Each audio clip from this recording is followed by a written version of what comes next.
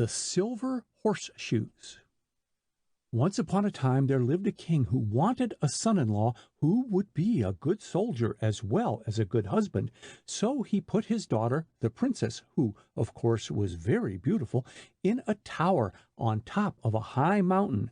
Then he sent out word all over his kingdom and to all the other kingdoms that to the youth who could get to the top of the tower he would give the princess for a wife.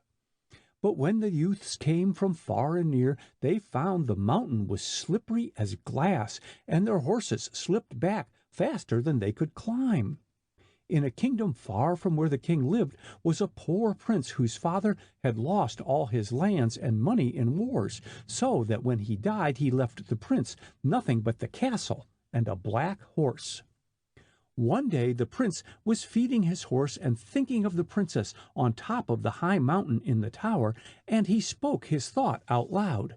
"If only I had some clothes fit to be seen," he said, "I would try to reach the princess in the tower, and this poverty would be at an end, and you, my beauty, would have oats in plenty then," patting the horse on the neck. "Why don't you try, master?" said the horse. The prince was surprised to hear the horse speak, but still he had heard of such things happening, and he answered, saying, "I have no clothes. Besides, many others have tried, and no horse is able to climb the mountain." "Master, go to the witch that lives in a cave in the middle of the woods at midnight, and get my shoes," said the horse, and then he fell to eating his scanty dinner, and said no more. The prince thought there was nothing to lose by doing as the horse told him, so that night he went to the woods to find the witch. The woods he found easily, but to find the cave was a different matter. First he met a fox, and he asked the way to the cave of the witch.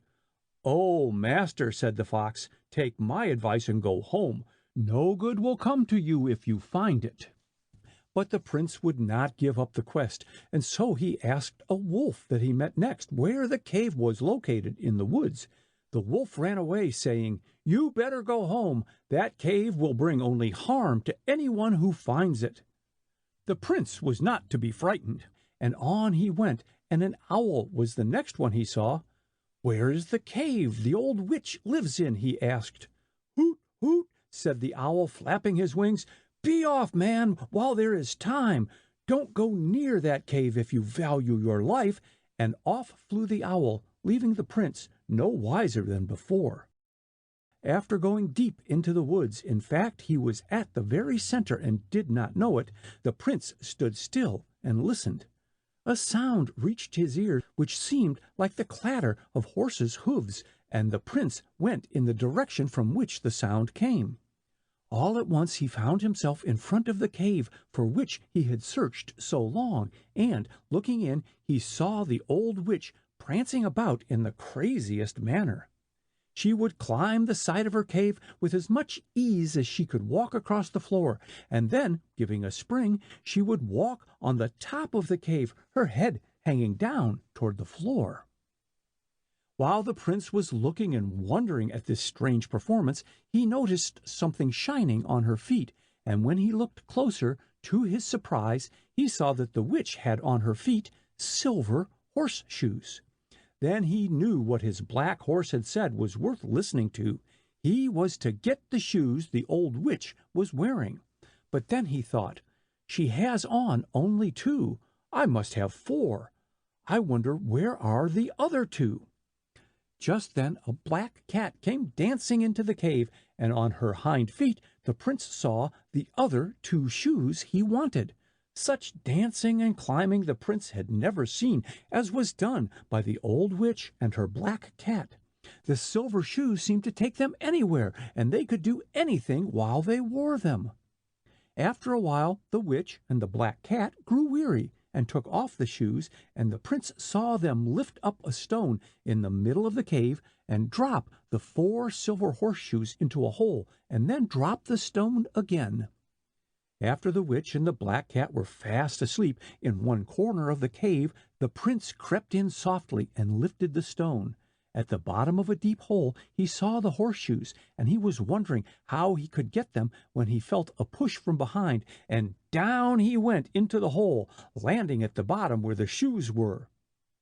The old witch had awakened and had pushed him in, and the prince could hear her and the cat jumping about and laughing with glee that they had trapped him. When the prince found himself in the hole under the cave where the old witch lived, he thought his end had come. It was as dark as a dungeon. The only thing he could see was the glitter of the silver horseshoes.